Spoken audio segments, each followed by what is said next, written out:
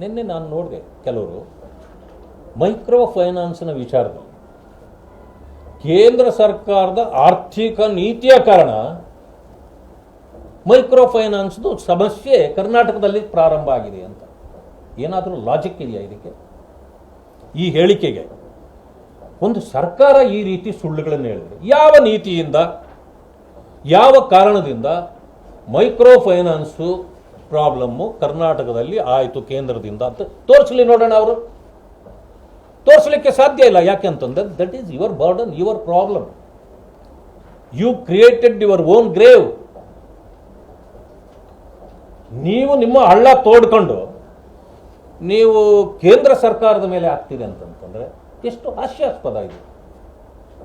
17ನೇ ಬಾರಿ ಅಂತ ಕಾಣ್ತದೆ ಮಾನ್ಯ ಮುಖ್ಯಮಂತ್ರಿಗಳು ಬಡ್ಜೆಟನ್ನು ಮಂಡಿಸಿರ್ತಕ್ಕಂಥವ್ರು. ಅವರೇ ಹಣಕಾಸು ಸಚಿವರು. ಬಟ್ ಹಣಕಾಸು ಸಚಿವರು ತಾವಾಗಿ ನೀವೇ ಇಷ್ಟೊಂದು ತಪ್ಪುದಾರಿಗಳಿರ್ತಕ್ಕಂಥ ಸುಳ್ಳು ಹೇಳ್ತಕ್ಕಂಥ ಕೆಲಸವನ್ನು ಮಾಡಿದರೆ ಬೇರೆಯವರು ನಿಮ್ಮ ಸಹಪಾಠಿಗಳು ಏನು ಮಾಡ್ತಾರೆ? ನೀವು ಒಂದು ಸುಳ್ಳು ಹೇಳಿದರೆ ಅವರು 100 ಸುಳ್ಳು ಹೇಳ್ತಾರೆ. ಅವ್ರನ್ನ ಕಂಟ್ರೋಲ್ ಮಾಡೋರು ಯಾರು? 36 ಜೀವರಕ್ಷಕ ಔಷಧಿಗಳ ಮೇಲಿನ ಆಮದು ಸುಂಕ ರದ್ದು ಮಾಡಿದ್ದಾರೆ. ನೀವು ಎಷ್ಟು ಬೇಕಾದರೂ ಆಮದು ಮಾಡ್ಕೊಳ್ಬೋದು, ಅದ್ರ ಮೇಲೆ ಟ್ಯಾಕ್ಸ್ ಇಲ್ಲ. ಇದರಿಂದ ಎಷ್ಟು ಬಡವರಿಗೆ ಅನುಕೂಲ ಆಗುತ್ತೆ ಇದನ್ನು ಯೋಚನೆ ಮಾಡಬೇಕು. ಕ್ಯಾನ್ಸರ್ ಅಂತಕ್ಕಂಥದ್ದು ಹೆಣ್ಣು ಮಕ್ಕಳಲ್ಲಿ ಭಾಳ ಬರ್ತದೆ, ಎಲ್ಲರಿಗೂ ಬರ್ತದೆ, ಯಾರನ್ನು ಬಿಟ್ಟಿದ್ದಲ್ಲ ಕ್ಯಾನ್ಸರ್ ರೋಗ. ಆದರೆ ಕ್ಯಾನ್ಸರ್ ರೋಗಕ್ಕೆ ಪ್ರತಿ ಜಿಲ್ಲೆಯಲ್ಲೂ ಈಗ ತನ್ನ ಯೂನಿಟ್ಗಳನ್ನು ಸ್ಥಾಪನೆ ಮಾಡ್ತಿದ್ದಾರೆ. ಇದು ಕೇಂದ್ರದಿಂದ, ರಾಜ್ಯದಿಂದ ಅಲ್ಲ, ಕೇಂದ್ರದವ್ರು ಮಾಡ್ತಾರೆ. ಪ್ರತಿ ಜಿಲ್ಲೆನಲ್ಲೂ ಇದರ ವ್ಯವಸ್ಥೆಯನ್ನು ಅವರು ಮಾಡ್ತಿರ್ತಾರೆ. ಜೊತೆಗೆ ಇದರ ಮೇಲೆ ಔಷಧಿಗಳ ಮೇಲೆ ಟ್ಯಾಕ್ಸು ಕಡಿಮೆ ಅಲ್ಲದೆ ಅದರ ಔಷಧಿಗಳ ಮೇಲೆ ಸಂಪೂರ್ಣವಾದ ನಿಯಂತ್ರಣ ಇಟ್ಟು ಬೆಲೆಗಳನ್ನು ಕೂಡ ಕಡಿಮೆ ಮಾಡತಕ್ಕಂಥದ್ದು ಜನೌಷಧಿ ಕೇಂದ್ರಗಳ ಮೂಲಕ ಜನರಿಗೆ ಔಷಧಿಗಳನ್ನು ತಲುಪಿಸ್ತಕ್ಕಂಥ ಕೆಲಸವನ್ನು ಮಾಡ್ತಿದ್ದಾರೆ. ಆದರೆ ನಮ್ಮ ಸರ್ಕಾರ, ಈ ಕರ್ನಾಟಕ ರಾಜ್ಯದ ಸರ್ಕಾರ ಜನ ಔಷಧಿ ಕೇಂದ್ರಗಳನ್ನೇ ನಾವು ತೆರೆಯೋದಿಲ್ಲ ಅಂದರೆ ಕೇಂದ್ರದಿಂದ ಜನರಿಗೆ ಸಿಗುವ ಅನುಕೂಲಗಳನ್ನು ಕೂಡ ಜನರಿಗೆ ಮುಟ್ಟಿಸಲಾರದಂಥ ಪರಿಸ್ಥಿತಿಯನ್ನು ರಾಜ್ಯ ಸರ್ಕಾರ ಇವತ್ತು ಮಾಡಿ ಕೇಂದ್ರ ಸರ್ಕಾರದ ಮೇಲೆ ಗೂಬೆ ಕೂರಿಸ್ತಾ ಇದೆ. ಜನೌಷಧಿ ಕೇಂದ್ರಗಳು ಪ್ರತಿ ಆಸ್ಪತ್ರೆಗಳಲ್ಲಿ ಇರಬೇಕು ಅಂತೇಳಿ ನಮ್ಮ ತೀರ್ಮಾನ ಇತ್ತು. ನೇರವಾಗಿ ಮುಖ್ಯಮಂತ್ರಿಗಳು ಹೇಳಿದರು, ಆರೋಗ್ಯ ಸಚಿವರು ಹೇಳಿದರು, ನಾವು ಯಾವುದೇ ಜನೌಷಧಿ ಕೇಂದ್ರಗಳನ್ನು ನಾವು ತೆರೆಯೋದಿಲ್ಲ ಅಂತ.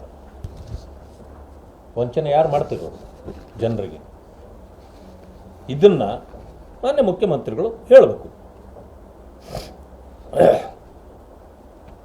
ಕಚ್ಚಾ ವಸ್ತುಗಳ ಮೇಲೆ ಆಮದು ಸುಂಕ ಇಳಿಕೆ ಮಾಡಿದೆ. ಸಣ್ಣ ಮತ್ತು ಮಧ್ಯಮ ಕೈಗಾರಿಕೆಗಳಿಗೆ ಉತ್ತೇಜನಕಾರಿಯಾಗಿ ಅನೇಕ ಇದನ್ನುಗಳನ್ನು ಇವತ್ತು ಕೊಡಲಾಗಿದೆ.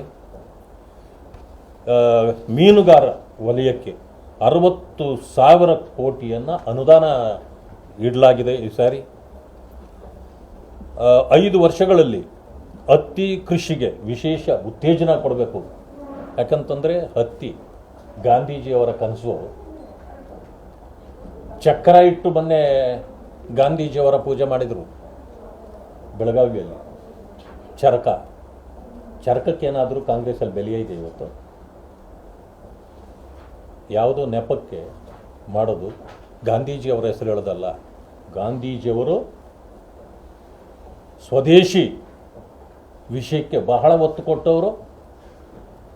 ನಮ್ಮ ಹತ್ತಿ ಬೆಳೆದು ನಾವೇ ಬಟ್ಟೆ ನೇಯ್ದು ಹಾಕ್ಕೊಳ್ಬೇಕು ಅಂತೇಳಿ ಈ ದೇಶದ ಕಣ್ತೆರೆಸಿದವರು. ಈ ಗಾಂಧೀಜಿಯವರ ಹೆಸರು ಹೇಳ್ತೀವಿ, ಅದರ ಬಗ್ಗೆ ಮಾತೇ ಆಡೋದಿಲ್ಲ. ಪ್ರತಿ ಒಬ್ಬರು ಕೂಡ ಖಾದಿದಾರಿಗಳಾಗಿರಬೇಕು ಅಂತೇಳಿ ಹೇಳಿದವರು ಗಾಂಧೀಜಿಯವರು.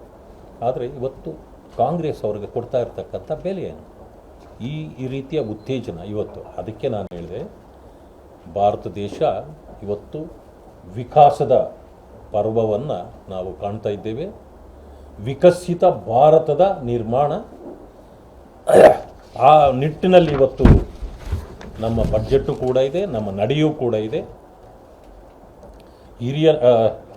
ಒಟ್ಟಾರೆ ಮುಂದಿನ ಆರ್ಥಿಕ ವರ್ಷದ ಆಯವ್ಯಯವು ಭಾರತವನ್ನು ವಿಕಸಿತ ಭಾರತವನ್ನಾಗಿ ಮಾಡೋದಕ್ಕೆ ಸರ್ವವ್ಯಾಪಿ ಸರ್ವಸ್ಪರ್ಶಿಯಾಗಿ ದೂರದೃಷ್ಟಿತ್ವವನ್ನು ಇಟ್ಟುಕೊಂಡು ಕೊಟ್ಟಿರ್ತಕ್ಕಂಥ ಈ ಒಂದು ಬಡ್ಜೆಟ್ಟು ಹಿರಿಯ ನಾಗರಿಕರಿಗೆ ಇವತ್ತು 50,000 ಇದಕ್ಕೆ ಇದಿತ್ತು ಕಡಿತ, TDS ಕಡಿತ ಮಾಡೋದು. 50,000ಕ್ಕಿಂತ ಮೇಲೆ ಹಣ ಅವರ ಆದಾಯ ಇದ್ದರೆ TDS ಕಟ್ಟಾಗ್ತಿತ್ತು. ಆದರೆ ಇವತ್ತು 1 ಲಕ್ಷಕ್ಕೆ ಅದನ್ನು ಹೆಚ್ಚಿಸಿದ್ರು. ಯಾವುದೇ ಕಾರಣಕ್ಕೆ ಅದನ್ನು ಕೂಡ ಮಾಡೋದಿಲ್ಲ.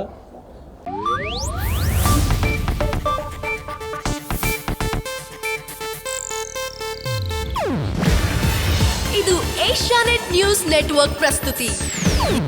ನೀವು ನೋಡ್ತಿದ್ದೀರಾ ಏಷ್ಯಾನೆಟ್ ಸುವರ್ಣ ನ್ಯೂಸ್.